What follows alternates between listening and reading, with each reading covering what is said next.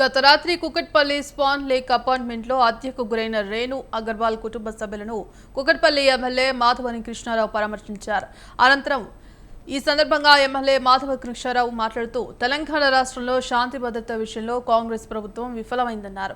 సహస్ర హత్య కేసు మరవక ముందే span lake అపార్ట్మెంట్లో రేణు అగర్వాల్ హత్య జరిగిందని, ఏసీపీ ఆఫీస్కు కూతవేటు దూరంలోనే హత్య జరగడం దారుణమని చెప్పారు.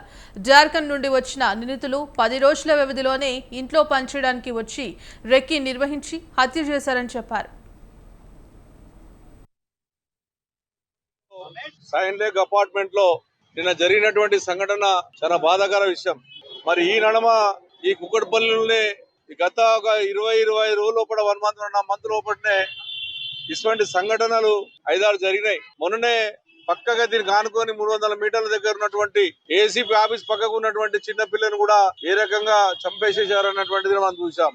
ఇలా సైన్ లెగ్గులు ఒక అమ్మాయి ఇంట్లోకి వెళ్ళి కాళ్ళు కట్టేసి చంపి మళ్ళా స్నానాలు చేసి వాళ్ళు నిన్న 4-5 మధ్యలో వాళ్ళు రావడం 2 గంటలకు లిఫ్ట్ ఎక్కి 9th ఫ్లోర్ రావడం అనేటువంటిది వాళ్ళు చూపెట్టారు. ఇప్పుడు అంటే 2 నుంచి 5 మధ్య లోపలనే దోసుకోపోయింది కాకుండా వాళ్ళ కాళ్ళు కట్టేసి నవీన్ అగ్రవాల్ అంట లేడీని చంపేసి ఘోరంగా చంపేసి మళ్ళా సేమ్ 5 గంటలకు మళ్ళా పరారైపోయి జార్ఖండ్కి వెళ్ళిపోయినట్టుగా చెప్తా ఉన్నారు పోలీసు వాళ్ళు.